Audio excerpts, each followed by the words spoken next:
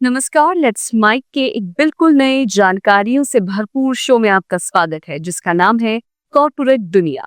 ये सिर्फ एक प्रोग्राम नहीं है बल्कि एक खिड़की है उस दुनिया की तरफ जहां बिजनेस की चालें, स्टार्टअप्स की उड़ानें, मार्केट की धड़कनें और कंपनियों के भीतर की कहानियां आपको समझाई जाएंगी आसान, रोचक और भरोसेमंद अंदाज में। आइए सबसे पहले नजर डालते हैं कारोबार की दुनिया की आज की खबरों पर। भारत और दक्षिण पूर्व एशियाई देशों के संगठन के बीच माल व्यापार समझौते की समीक्षा को आगे बढ़ाने के लिए वार्ता अगले हफ्ते जकार्ता में होगी। 10 देशों के इस समूह के साथ भारतीय प्रतिनिधिमंडल 6 से 7 अक्टूबर को 11वें दौर की बैठक करेगा।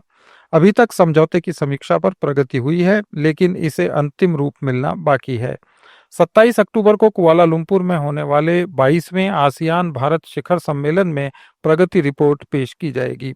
2024-25 में भारत आसियान द्विपक्षीय व्यापार 123 अरब डॉलर तक पहुंचा, जिसमें भारत का निर्यात 39.96 अरब डॉलर और आयात 84.15 अरब डॉलर था। शेयर बाजार में भले ही गिरावट हो और दुनिया भर में उथल-पुथल, लेकिन इंडियन कंपनीज इस महीने आईपीओ से रिकॉर्ड पैसा जुटाने जा रही हैं। कुल 18 कंपनियां 47,500 करोड़ रुपए जुटाने के लिए बाजार में उतरेंगी। स्टॉक एक्सचेंज के मुताबिक अगले हफ्ते एलजी और टाटा कैपिटल मिलकर 27,000 करोड़ से ज्यादा की रकम जुटाएंगी। वी वर्क 3,000 करोड़ रुपए के लिए बाजार में उतर रही है। बाकी इस महीने आने वाली कंपनियों में Canara HSBC life 4,000 crore, Canara Robeco mutual fund 1,000 crore रुपए, रूबिकॉन 1,000 करोड़ और क्रेडिला 5,000 करोड़ जुटा सकती है। इस तरह कुल 17,000 करोड़ रुपए के प्रारंभिक आईपीओ इस महीने में आने बाकी हैं।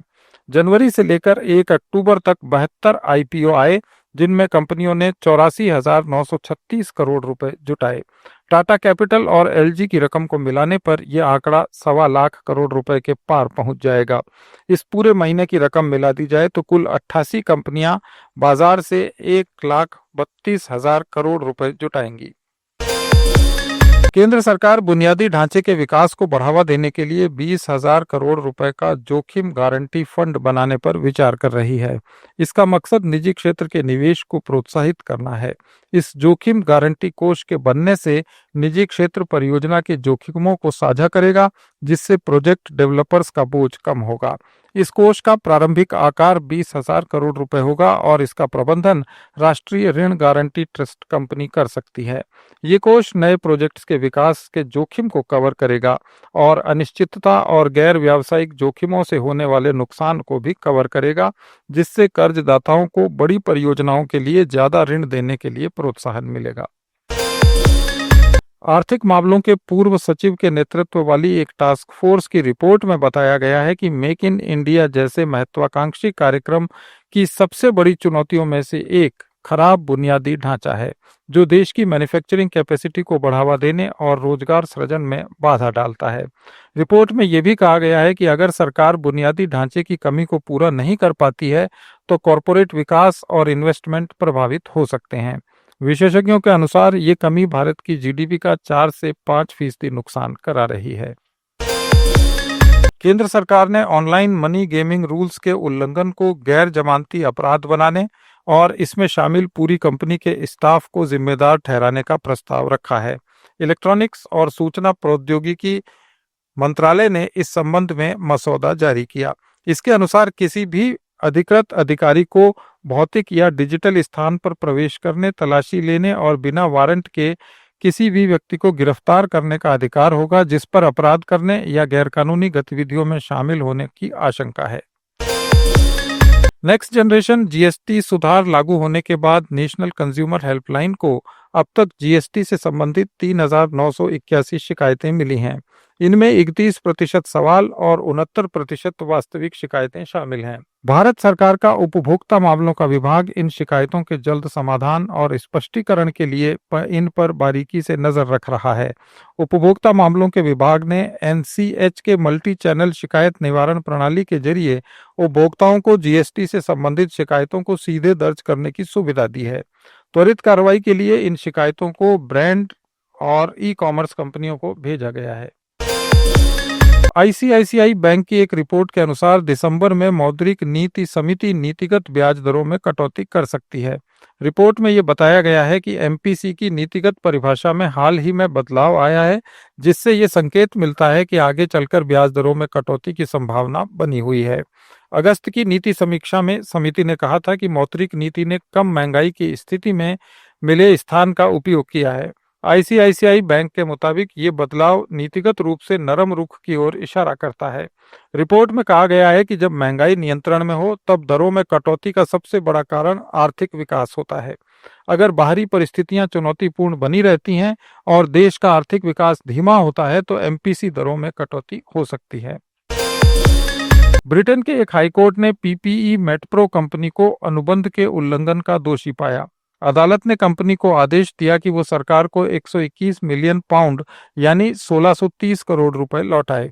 ये कंपनी कोरोना महामारी के दौरान 25 मिलियन सर्जिकल गाउन की आपूर्ति के कॉन्ट्रैक्ट का उल्लंघन करने की दोषी पाई गई थी। न्यायाधीश सारा कॉकरिल ने 27 पेज के अपने फैसले में कहा कि गाउन कॉन्ट्रैक्ट के अनुसार स्टरलाइज नहीं थे, इनका इस्तेमाल ही नहीं हो पाया।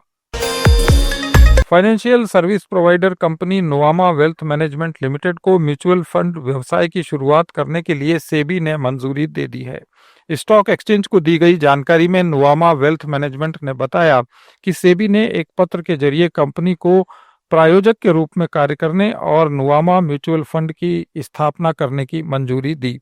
इससे नोवामा वेल्थ मैनेजमेंट विशेष निवेश फंड श्रेणी सहित म्यूचुअल फंड के तहत अपनी योजनाएं शुरू कर सकेगा। म्यूचुअल फंड के रजिस्ट्रेशन के लिए कंपनियों को अंतिम मंजूरी सेबी ही कुछ शर्तों को पूरा करने के बाद देती है।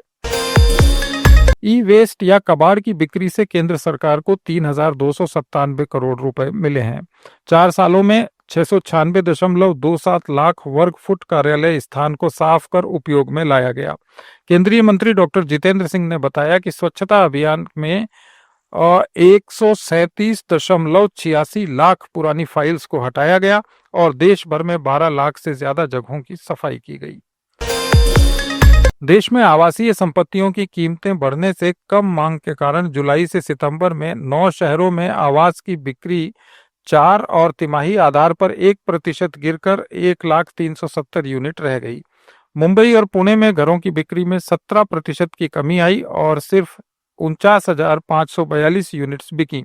एक साल पहले इसी दौरान लगभग 60,000 यूनिट्स की बिक्री हुई थी। केंद्र सरकार ने खरीफ कपास सीजन की समीक्षा बैठक में सभी कपास प्रोड्यूसिंग स्टेट्स से एमएसपी मानकों के पूरे पालन की अपील की। इस वर्ष रिकॉर्ड 550 कपास खरीद केंद्र बनाए गए हैं। पंजाब, हरियाणा और राजस्थान में 1 अक्टूबर से कपास की खरीद शुरू भी हो गई है। वहीं गुजरात, महाराष्ट्र, मध्य प्रदेश और ओडिशा में 15 अक्टूबर से और तेलंगाना, आंध्र प्रदेश, कर्नाटक, तमिलनाडु में 21 अक्टूबर से ये खरीद शुरू होगी। भारतीय प्राथमिक तांबा उत्पादक संघ ने इंडिया यूएई व्यापक आर्थिक भागीदारी समझौते के तहत यूएई से बढ़ते तांबे की छड़ों के आयात पर चिंता जताई है। इसने चेतावनी दी है कि यह कॉपर रिफाइनिंग में घरेलू निवेश के लिए खतरा है। भारतीय उत्पादकों में 1996 से हिंदुस्तान कॉपर, हिंडाल्को इंडस्ट्रीज, वेदांता और कच्छ कॉपर ने 12.5 लाख टन की घरेलू रिफाइंड कॉपर प्रोडक्शन क्षमता का निर्माण किया है। अभी देश में कॉपर की अनुमानित मांग 85 लाख टन होती है। सरकार ने फार्मा मेडटेक क्षेत्र में अनुसंधान और इनोवेशन संवर्धन योजना के तहत उद्योगों और स्टार्टअप परियोजनाओं के लिए 11,000 करोड़ रुपए के प्रस्ताव आमंत्रित किए हैं। ये योजना इस क्षेत्र को वैश्विक स्तर पर प्रतिस्पर्धी और इनोवेशन संचालित क्षेत्र में बदलने की एक ऐतिहासिक पहल है। ये 5,000 करोड़ रुपए की स्वीकृत योजना है, जिसमें नई दवाएं, जटिल जेनेरिक दवाएं, बायोसिमिलर और नए मेडिकल इक्विपमेंट्स में 11,000 करोड़ रुपए के रिसर्च और डेवलपमेंट फंड के इन्वेस्टमेंट की योजना बनेगी। संशोधित योजना के तहत प्रारंभिक चरण की परियोजनाओं के लिए एमएसएमई और स्टार्टअप 5 करोड़ रुपए तक की सहायता के लिए 9 करोड़ रुपए तक की लागत वाली परियोजनाओं के लिए आवेदन कर सकते हैं। इसके बाद की परियोजनाओं के लिए ये उद्योग स्टार्टअप्स की 285 करोड़ तक की लागत वाली योजनाएं जो 100 करोड़ रुपए तक की सहायता के लिए आवेदन कर सकेंगी। ये थे कॉर्पोरेट जगत के आज के कुछ अहम समाचार। अपडेट्स के लिए जुड़े रहिए लेट्स माइक के साथ। आप सुन रहे थे let's mind more than radio. Follow कीजिए हमें हमारे